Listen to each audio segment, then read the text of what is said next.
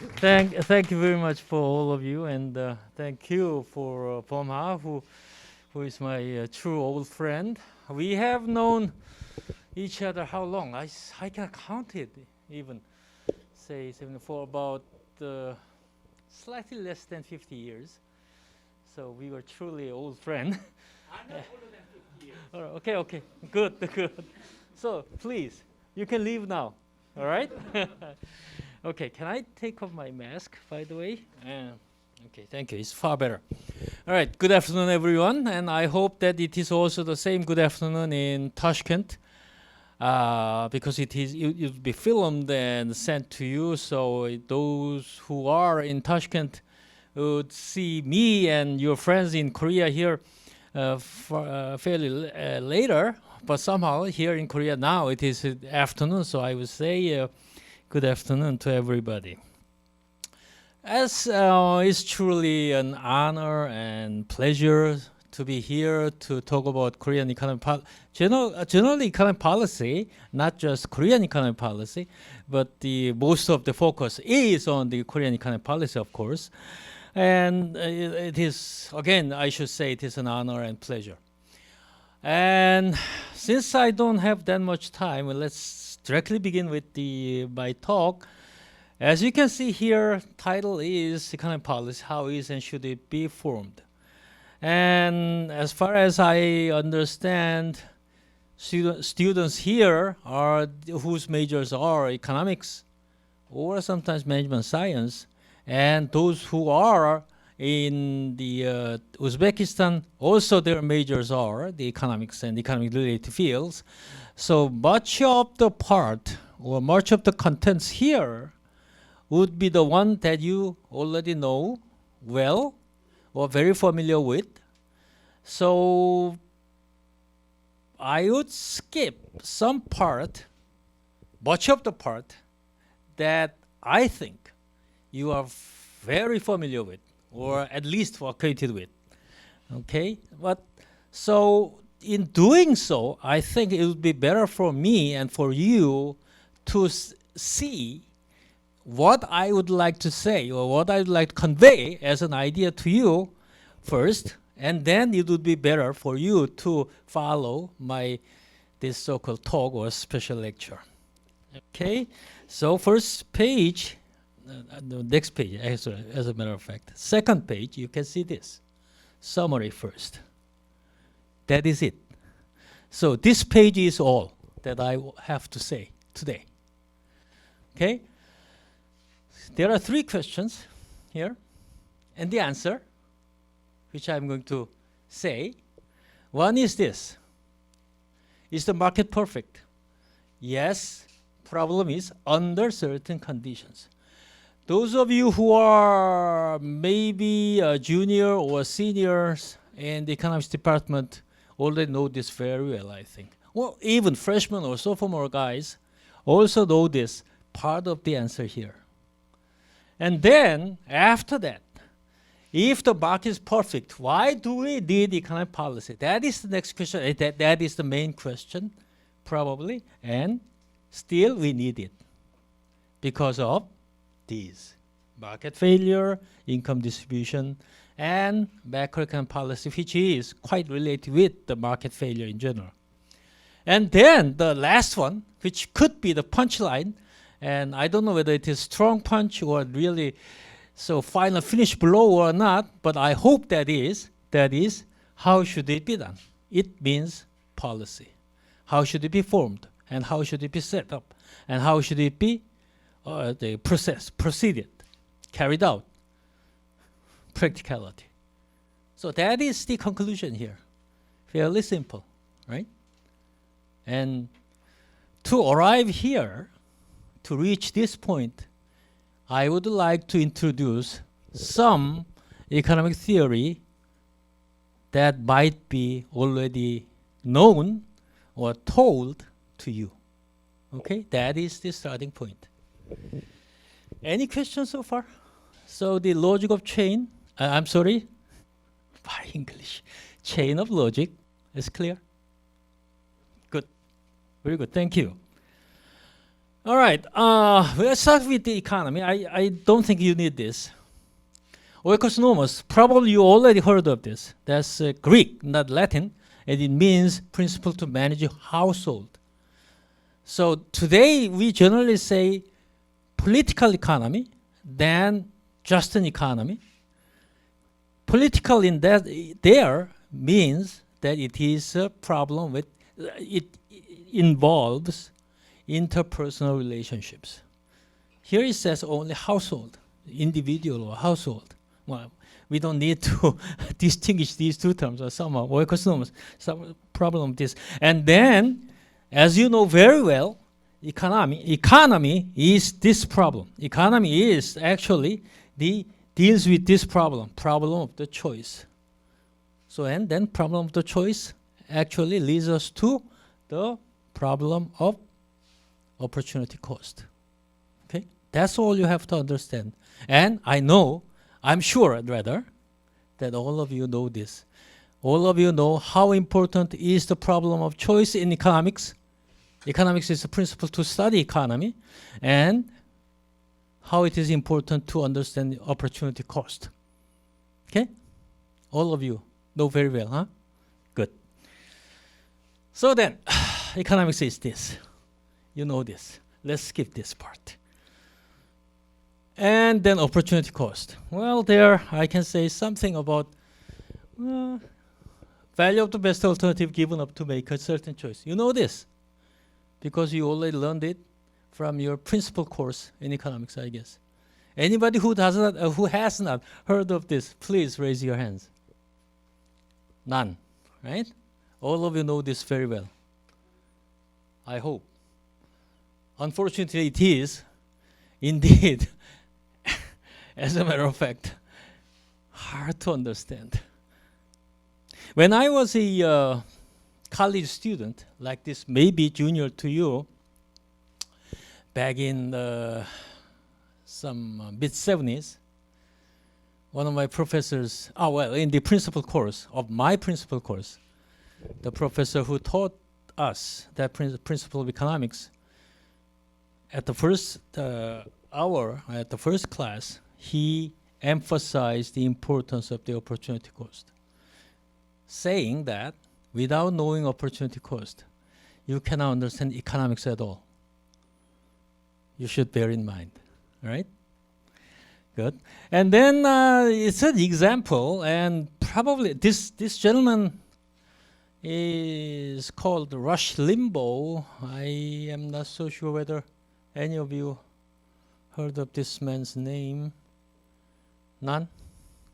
He passed away more than a month ago, so I am trying to find another example, a good example of the living individual, but I haven't found any yet, so sorry about this. Actually, yesterday, I saw his name in Korean newspaper. Wow. Anybody saw that?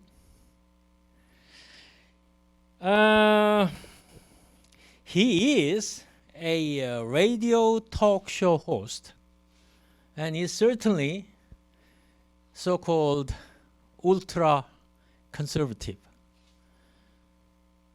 So maybe in Korean slang these days he is 수국골통.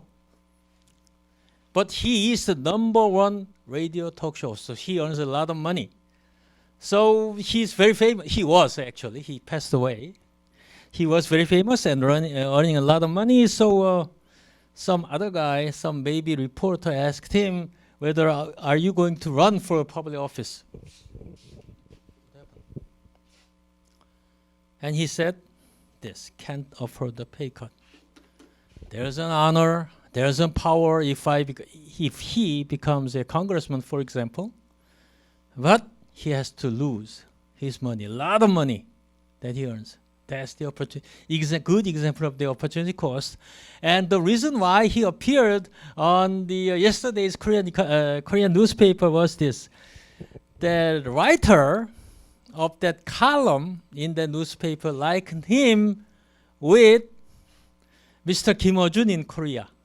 So like I said, he is ultra conservative. Trump highly praised him, and rest of the story, likening him with the Mr. Kim Jong-un, interpretation of that is up to you.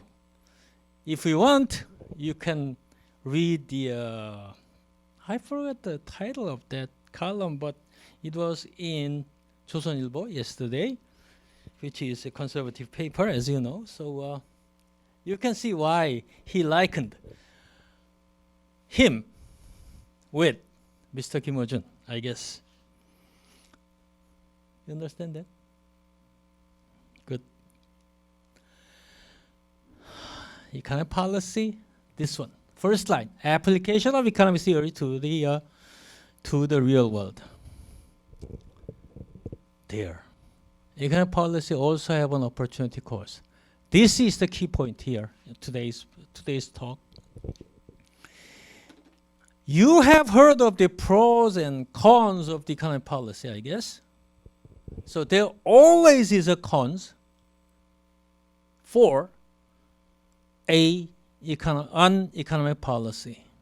Whether it is very well intentioned, very good, but still there is a problem, there is a cost, which is called con, C-O-N, of the economic policy. So we have to worry about that. There's a famous proverb that you already are familiar with, saying, road to the hell is paved with good intention. So any policy taken is with good intention, good result, something good. But behind this, behind that policy, that good policy, there always is a bad part, con part, opportunity cost part. Thing that we have to worry about is that part. So we have to minimize that bad part, bad side of the good economic policy when we set up and carry out a certain economic policy. And how can it, what is the point there? That is something called practicality. 현실성, 실용성. Okay? That's it. So then let's go further into the further into economic theory. You know, some of you know this, some of you not. Anybody who at least has heard about it, please raise your hands. No one? Heard about it. I'm not asking you whether you know pretty well or not. Just one person? Oh yeah, many. None at all? Other people? Okay. How long do I have? Oh, okay. Yeah, I have to get. So this is, come on.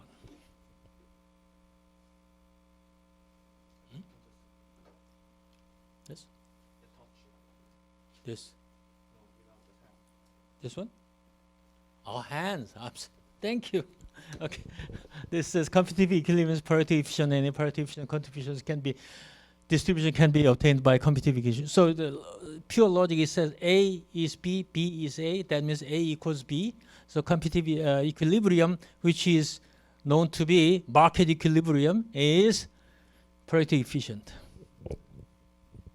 Parity efficiency, I guess I think you know, all of you know this. There's an example of this distribution of these 10 acorns to 10 people in this economy. This certain hypothetical economy consists of these two things: 10 acorns and 10 people, 10 agents. So the economic problem in this hypothetical economy is how to distribute these 10 acorns to 10 people. There are many, many, many alternatives. One like this, same to everybody, and number 4 like this. But there are many, many, so millions, billions, zillions of things, alternatives. But it says, wow, it is written in Korean. Alternative. Okay, so here you can see, if you are careful enough to know the definition of Pareto efficiency, it says this one is not efficient, not Pareto efficient. And 1, 2, 3, although they are different, they are all Pareto efficient. I will not tell you why. You can figure it out by the definition. And then here it says, oh, you know this familiar diagram. Perhaps you learned in microeconomic course or principle of economic course. And then this calculus is needed. And then perhaps for the first year graduate student, you know this. So-called fixed point theorem is called upon. So you will learn if you're still in this field. Anyway, so we will skip this. So anyway, problem is, oh, no. Market is perfect in this sense. Market equilibrium is, under certain conditions, of course, Pareto efficient. Pareto efficiency or efficiency is guaranteed. And as you could see from the very simple example of these 10 acorns, you can see that efficiency actually is called efficient or efficiency because there is no waste in the economy. So in other words, market guarantees to all of you under certain conditions that our total resources are fully used to give us certain good results. Okay. Anyway, so let's go. Oh, marginalist. I don't think we have to go over this, but marginalist is the guy who developed this part of the theory, and then it is, in a sense, they began in 19th century, and in a sense, these two fundamental theorems were, in a sense, finalized by Arrow and De Broglie in 1950s. So there are these marginalists. This man is that Pareto of Pareto efficiency. You know, perhaps you heard of this name, I guess. Cool head, warm heart. Alfred Marshall. Leon Valla, Swiss guy, who first talked about general equilibrium, which is the prototype of the competitive equilibrium these days. Edgeworth, man who invented this diagram here, Edgeworth box. And then Cournot, French, originator of the Cournot equilibrium. So these are marginalists. And they actually started this kind of thorough, mathematically based analysis, which will give us today's mainstream economics. And these two fundamental theorems are actually started with these guys, particularly this person. Some state. Well, anyway. So this part you have to know. Now we have to talk about the policy, and later, a little bit later, you will see the second question. What was that? If the market was perfect, so perfect, then why do we need policy? And there, I told you already, there are three reasons, and we are going to see that. But before that, who is going to carry out or set up or make or then carry out the policy? That is the thing called government, which could be equivalent to state or nation. So what is that? First of all, let's see that. What can the nation do?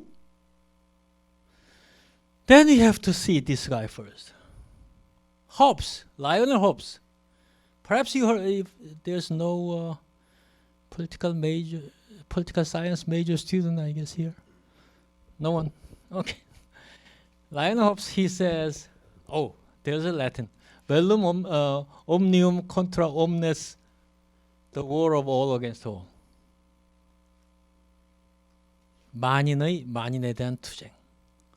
To avoid that, we people generally volunteer to give up certain part of our so-called natural human right to the sovereign nation. That is his theory. And later that would be developed to social contract theory. And that is the function of the government here. That is important to understand. Okay? So we need the government to do this. If market is perfect, then we don't need that kind of government as far as economy or economic policy is concerned. However, we do need, because of certain things, certain violation of the conditions. So we need this. Okay, and then there's some picture. Oh, this about the state. This man is Plato. This man is Socrates. I'm sorry, Aristoteles. And you know, this is a part of that famous picture in where? In which museum now? Some famous, biggest one in the world. Vatican, School of Athens, by Raphael. And the center part is this part. And this man is the Hobbes.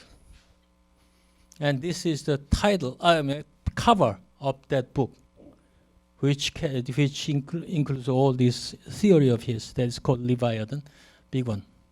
Here it is Handong University. I know that you all know what Leviathan is. It is written in Bible, Yup. And then I think we have to come back this. This is the part of Samuel the first. For honestly speaking, I'm not a Christian. And so, remember that there are three parts that we still need the government for the economic policy. One, income distribution. Second, market failure. Third, welfare policy. I'm sorry, the macroeconomic policy. As you go back there, in very simple example of these acorns, you can see that 1, 2, 3, they are all so-called efficient distribution, allocation. Problem is 1 and 3 are quite different. The first man got 4 out of 10, while these 8 guys have only half of the acorns. So probably all of you say, oh, that's not fair. Maybe not fair. 2 theorems tell us that market will lead us any of these 3 alternatives, not 4, but which it does not say. So if we end up this alternative 3, then many of us would not be happy, so then they will ask this entity called the state to resolve this problem.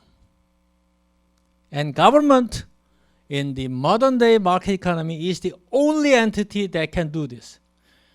Forcefully redistribute. So that must be the first, probably the first role of the government in the advanced economy, even if it can attain the efficiency. So do not leave it to the market entirely. That's what it is said. Whether you like it or not, that is the actuality. That is a fact. And then you will see this problem of welfare policy,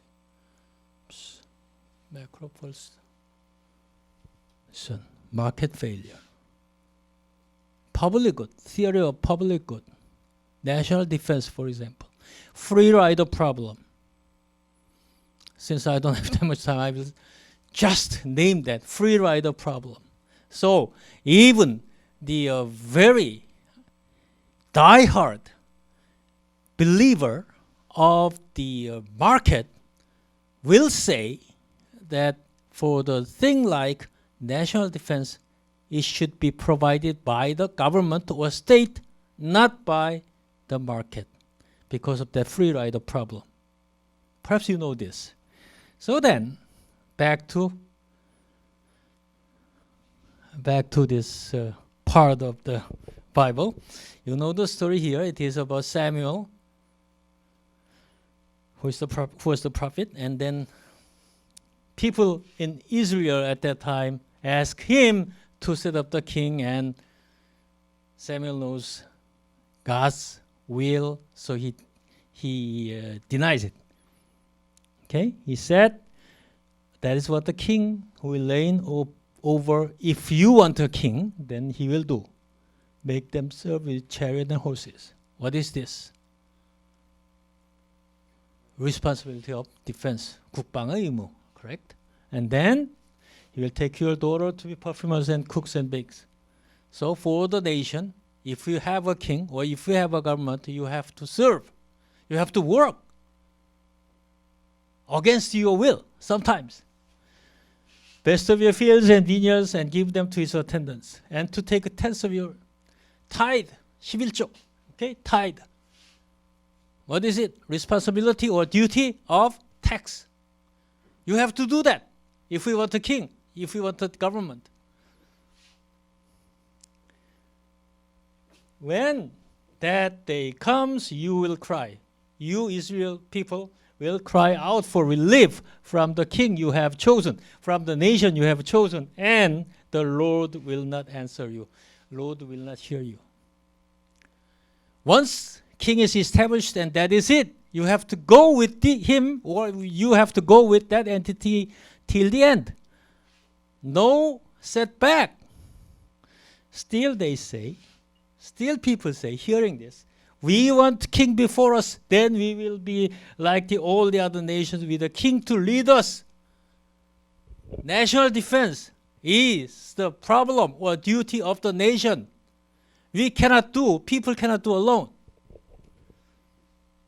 Which is the wisdom that we know these days about the market failure. Okay? But 3,000 years ago, the same thing is talked. Harvey Rosen was the Princeton professor.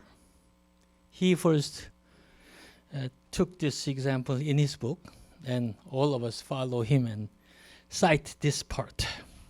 Okay? Not much time. And the welfare policy, and this guy is Bismarck in Preußen in late 19th century and early 20th century. He is the one who first introduced welfare policy in the capitalist world, and then macroeconomic policy is actually the part of the is quite related to the market failure, because in the labor market there should be always equilibrium restored when there is some kind of disturbances in the allocation of labors. But for example, during the Great Depression in the 20s, in the 20th century, we saw that that kind of equilibrium is not restored. That was first seriously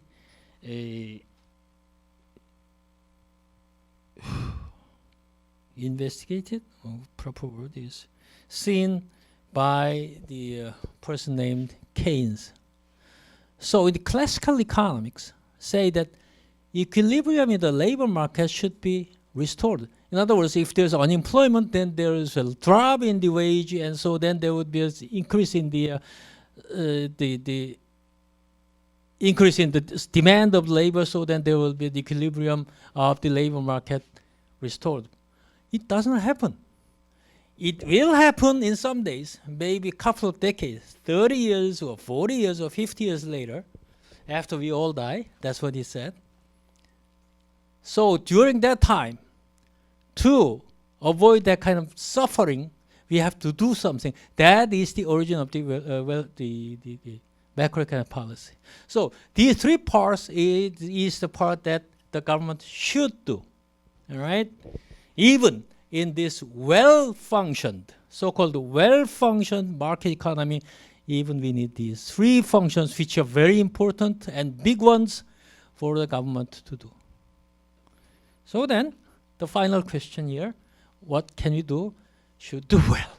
Okay, the answer is simply should do well. And that must be, how can we do well? Very well. How can we do then very well? So that the answer is based upon the practicality. And this is the painting in Siena in Italy, which is a very important city in the Tuscany. And in that, the Palazzo di Repubblics, which is in the center city of Siena, this picture, Renaissance picture is there. It is good government. It should be a good government. Good king here, goddess of the peace, queen, they are very good here. People look happy. One thing that you have to understand this part. There are prisoners. Even under this very peaceful situation, under the good government, we need this. That's not by me, but who interpret this painting tell us.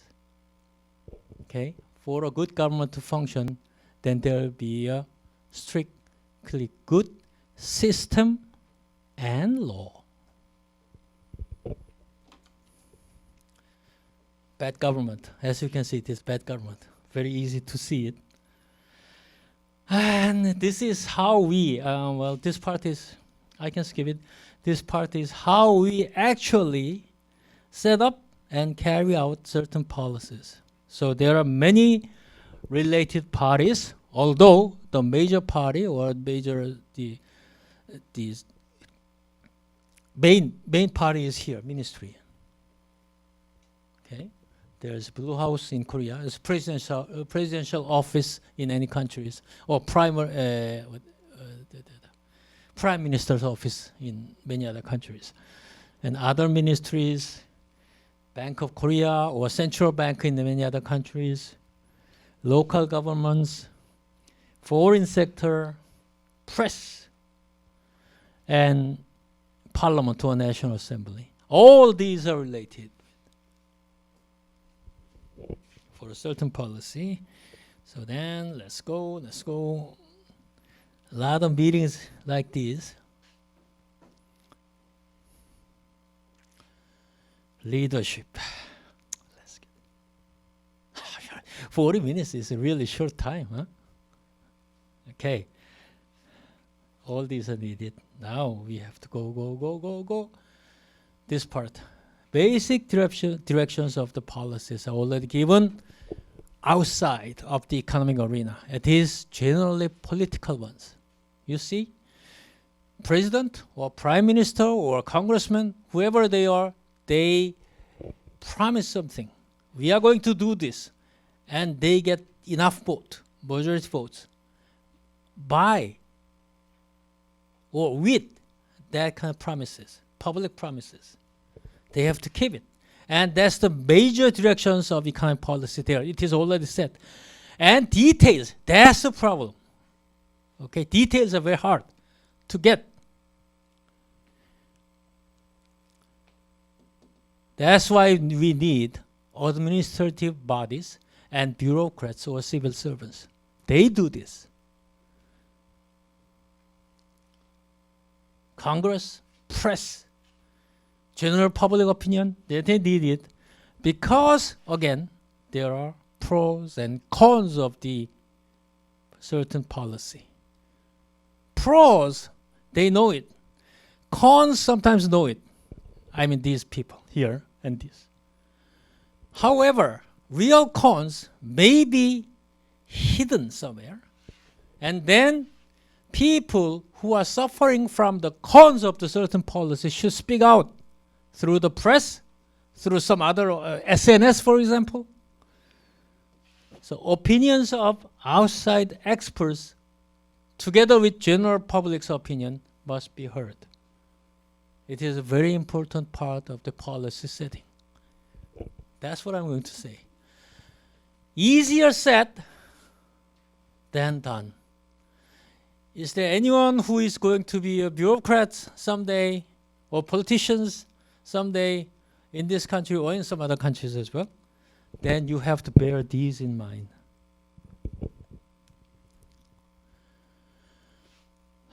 This part. Political outcry. You should hear it, but if you are overwhelmed by that, then you will get misled. That is a part of practicality. Have to be very cool. So, I summarize here, practicality, objective of the policy should be set correctly, and tools for the policy should be correctly chosen. Again, it is easier said than done. Sometimes we are confused with these. Oh yes, that should be done here, but sometimes we are doing something else. It cannot be. It can be. There are many ways to do that, wrongly do that, and also tools for the policy should be correctly chosen. One example might be, I'm saying not is, but might be, is that to lower the asset price, house price of houses, you can increase the tax. Would that be a right policy tool? Probably not. I don't think it's the right one, but some of you may not agree with me, but so that kind of thing, you have to be aware. So that is all we need. Not all, but mostly we need practicality. I guess this would be the end of the,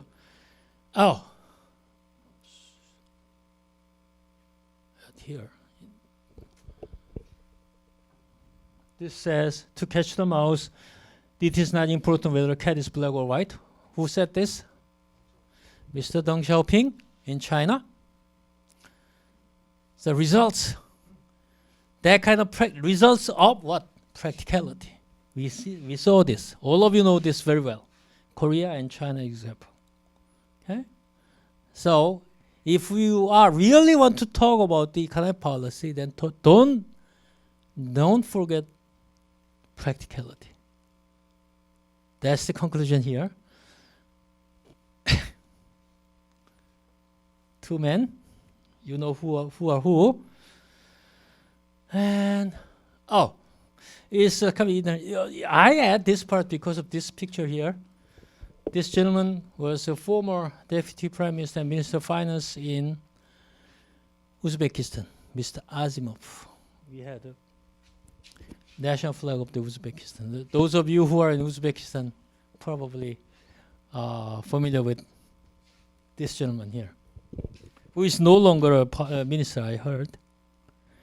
And then there are other pictures. G20 meeting and Korea, United States ministerial meeting and AIIB meeting. This man here is me.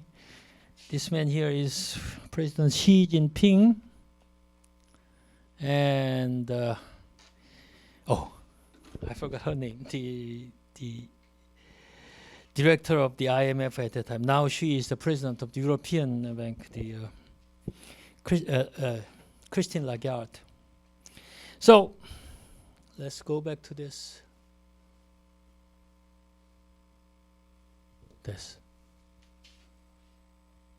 As I said, this is the conclusion here today. All right? Good. So I have been very quick to talk what I have to talk today. So from now on, I would receive your questions. Q&A time. Please.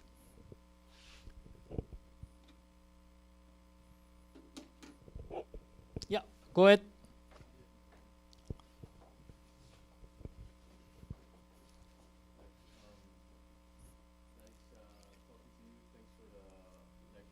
Thank you. I wanted to know I can hear you though.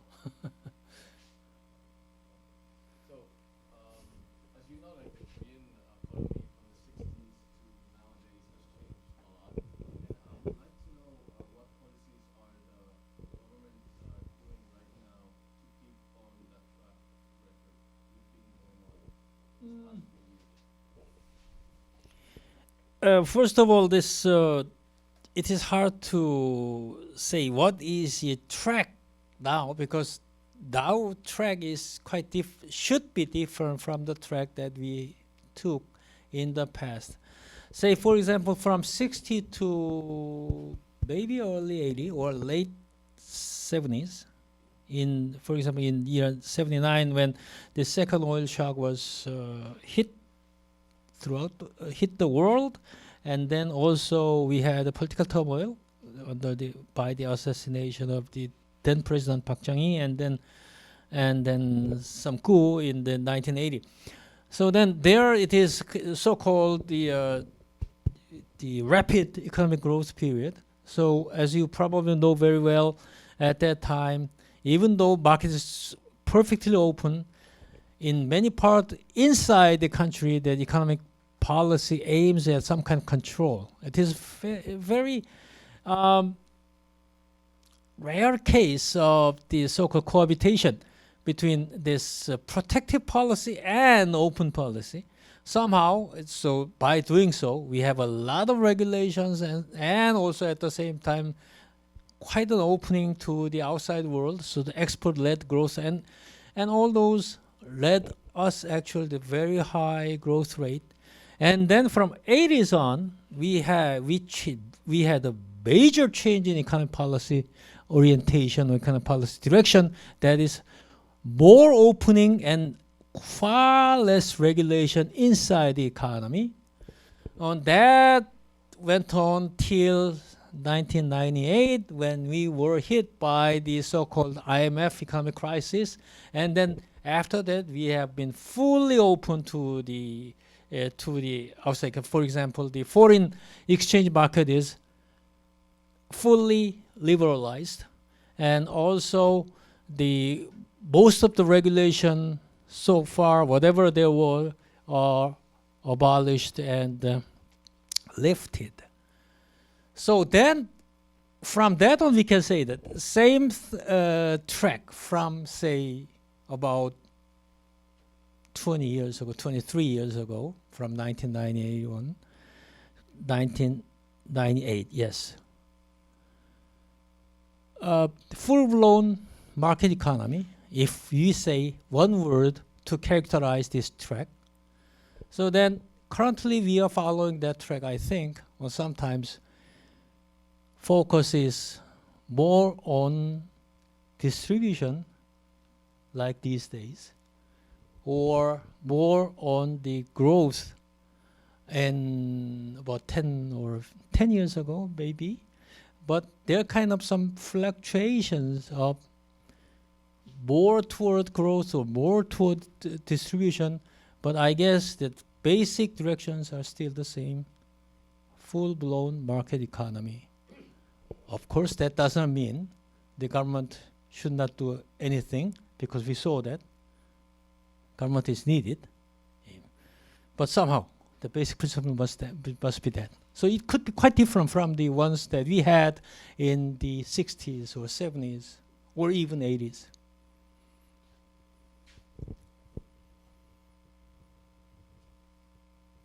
Yes?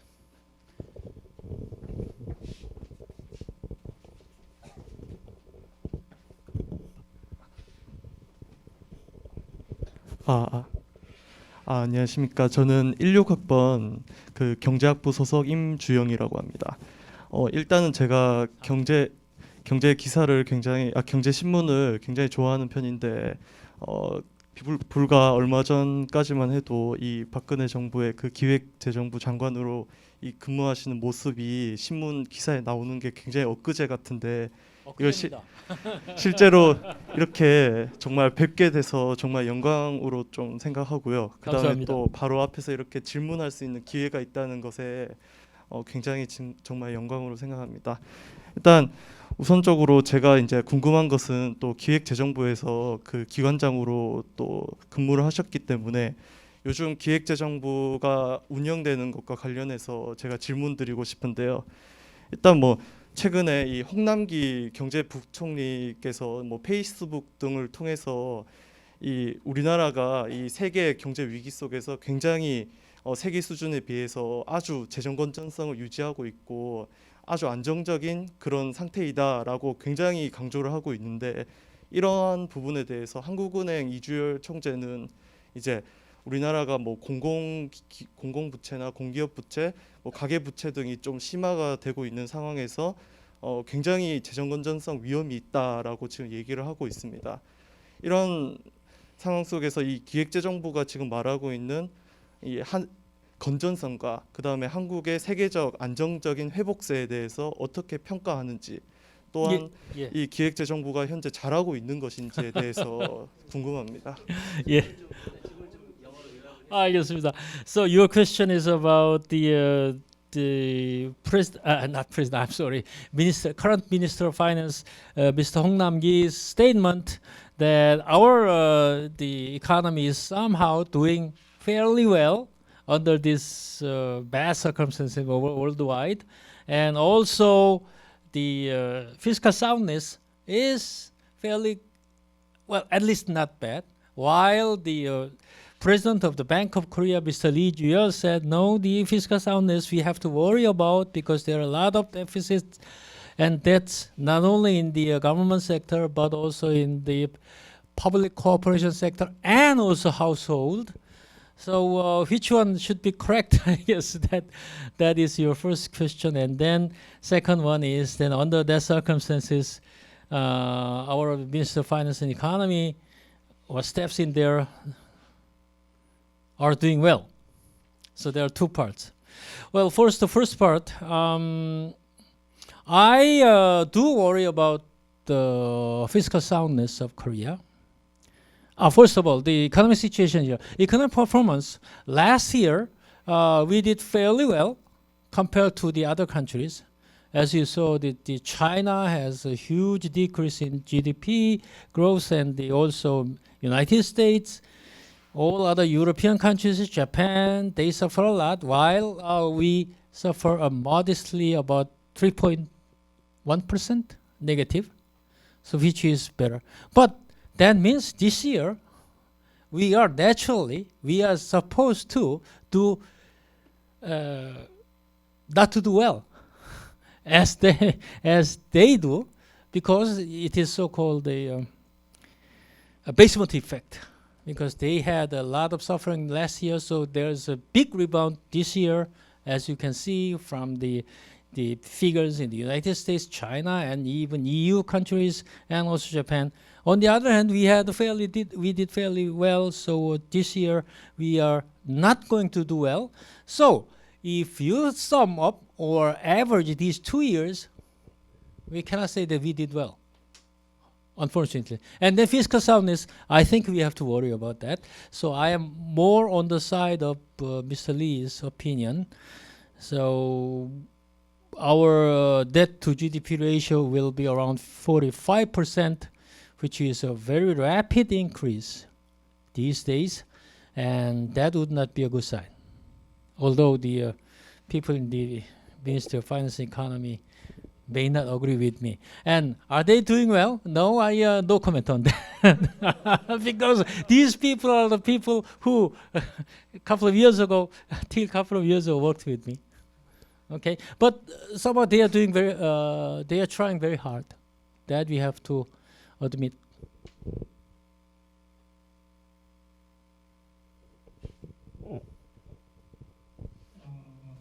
질문 가능한가요? Can you hear my voice, sir? Yeah, I can hear you. Okay. Thanks for the lecture. I have a question specific about the current situation that we're having suffering from the COVID-19. It's kind of out of topic, but my question is, what's your personal opinion on supporting all the initial monetary support for the household who is having a suffering from the COVID-19, especially in the aspect of monetary hardship that they're having suffering from, maybe like laid off for their jobs. What's your specific opinion? Like you could maybe give us like your own opinion, I guess. Okay, I understand that. Well, perhaps instead of my personal opinion, I am generally agree with the opinions that I'm going to introduce to you of opinions of the so-called experts, a lot of scholars, a lot of economists here and there, particularly in Korea. So I do agree with under the presumption that I fully agree with them. I am going to introduce you their opinions. We generally agree that certain subsidies or certain assistance to the needy, real needy, because of this unprecedented pandemic situation, COVID-19 situation, that is necessary. And then how can we do that? That's the problem of the practicality. Shall we give out the money to save to everybody? Most of the experts say that no, we have to focus on the real needy, really people who hit mostly and who are under the hardship most seriously. So that must be done. So giving out subsidy or giving any kind of assistance to them through the public finance or budget is necessary. And I agree with that. Although our fiscal situation is not so good, as I told you, with the question that that gentleman asked me. So even if our public finance or fiscal situation is not so bright, we have to further give out money to the needy. That I have to agree with that, because it is some kind of the emergency situation. However, that money should be used wisely and correctly. And for that, I am not for the opinion that you should give out to everybody some kind of money. We have to focus more on, emphasize more on the people who hit hard, needy, mostly needy. Thanks for the opinion that you gave. I have one additional questions to you that you already have elaborated on this. Well, the thing is, subsidy is very related to the taxation, I think. Mm-hmm. So, because you said this is unprecedented situation, in order to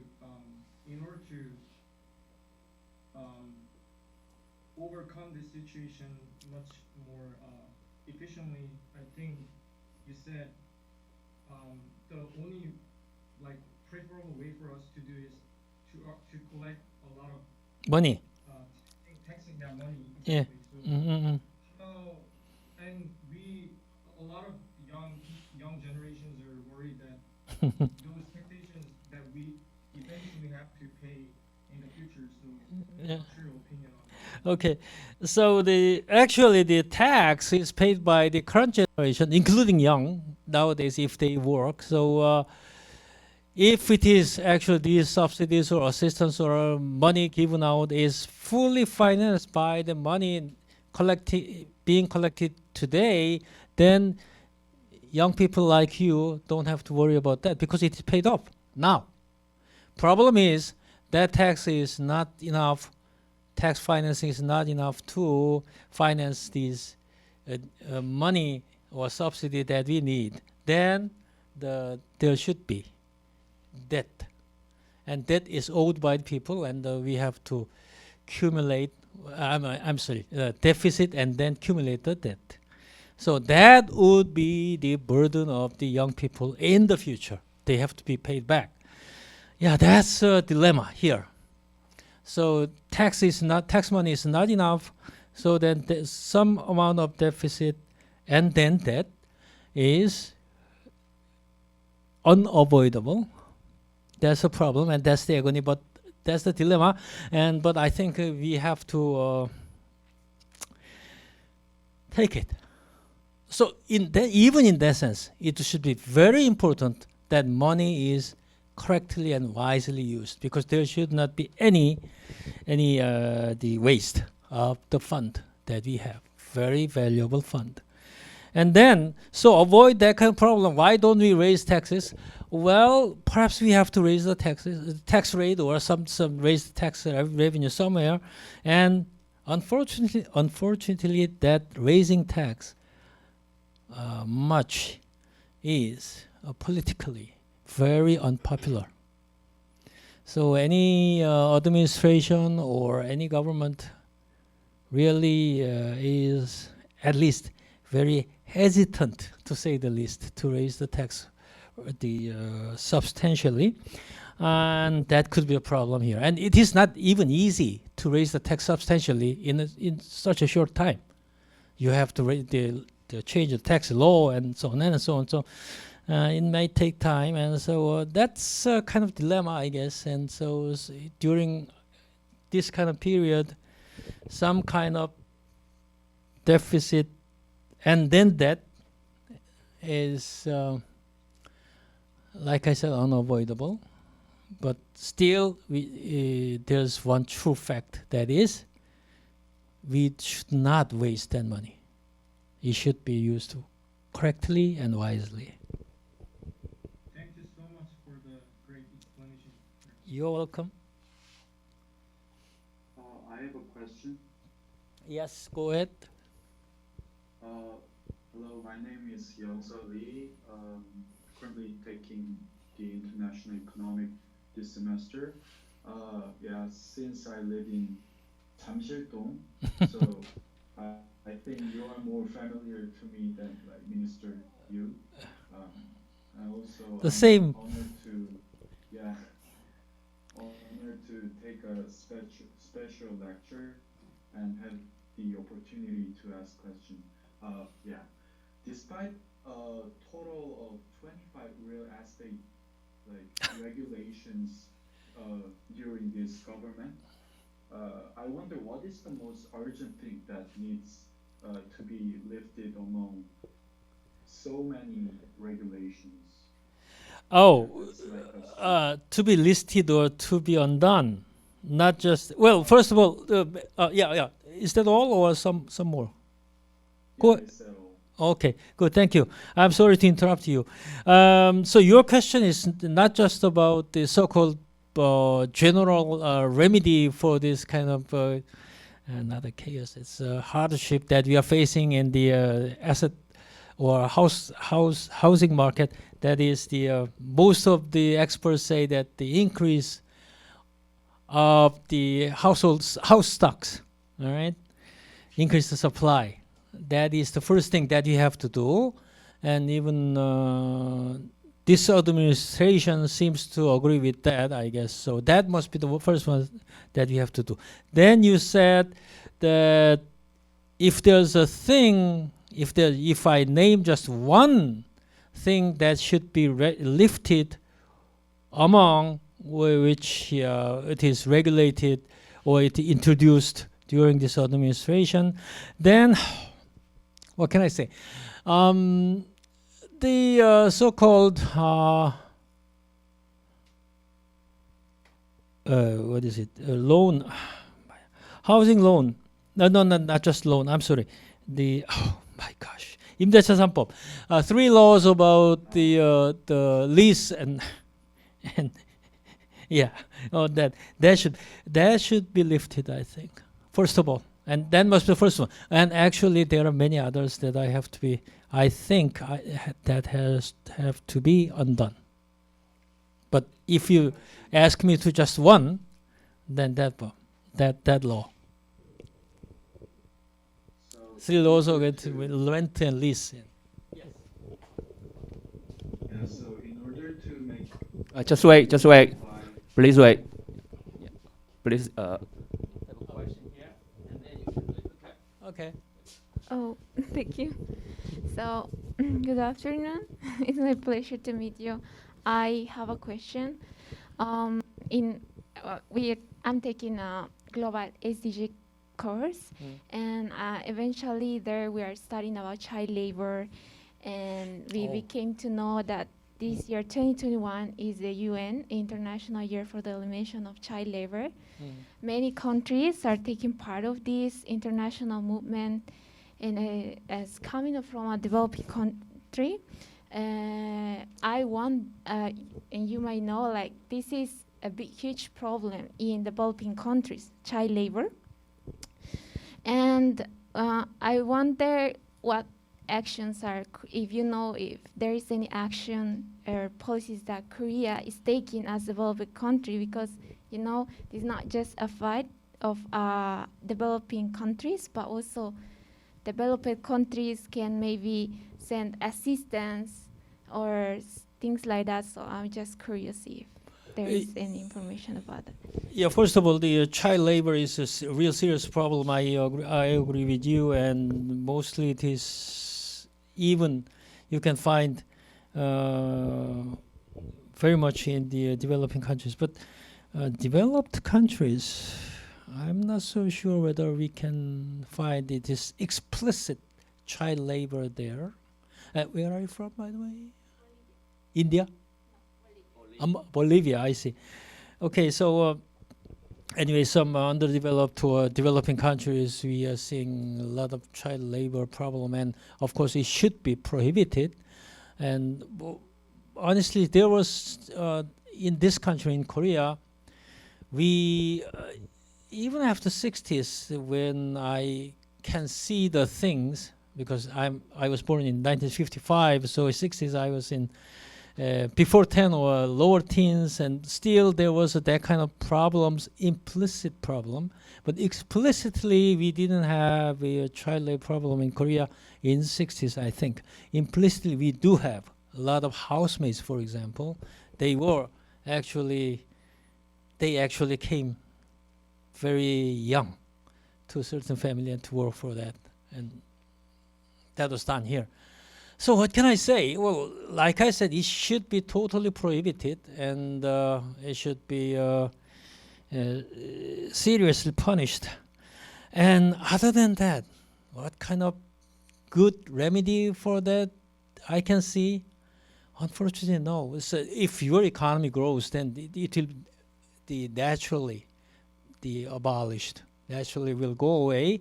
However, during that time, I guess only thing is law enforcement to avoid that kind of child labor problem, and maybe international cooperation could be helpful. For example, like the ones I forgot the name of the first Starbucks was many chains of many firms say that the good.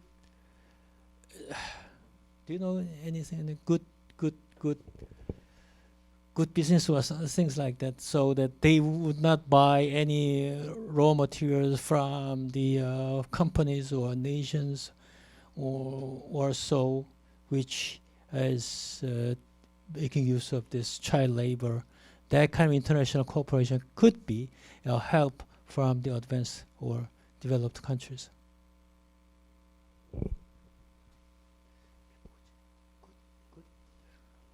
There is. I forgot the name of that. Meaning that you should not buy anything from the companies that the exploiting the child laborers.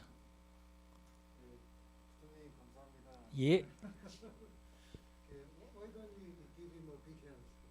Oh. Oh, thank you. Oh, this is the end. Thank you very much. Good luck to all of you.